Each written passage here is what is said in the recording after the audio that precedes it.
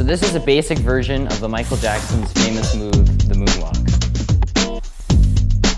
For this move, it's good to wear socks or non-rubbered shoes so that you have better slippiness on the floor. All right, so you're gonna start, you're gonna place your right foot in front and you're gonna put some weight on that right foot, but not a lot so that you can pull it back.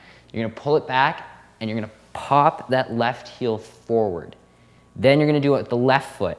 You're gonna come forward and back. And the right foot again, forward and back. Left, right, left, right, and then you put it all together. All right, so let's try it from the back.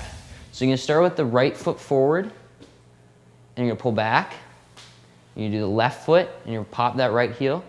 Then you're gonna go back and pop that left heel, right heel, left heel, right heel, left heel, right, left, right, left.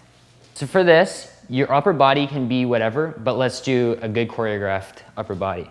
So what you're gonna do is you're gonna do the same moonwalk, but you're gonna pull your hand this way, and you're gonna point to the front, then you're gonna put it down.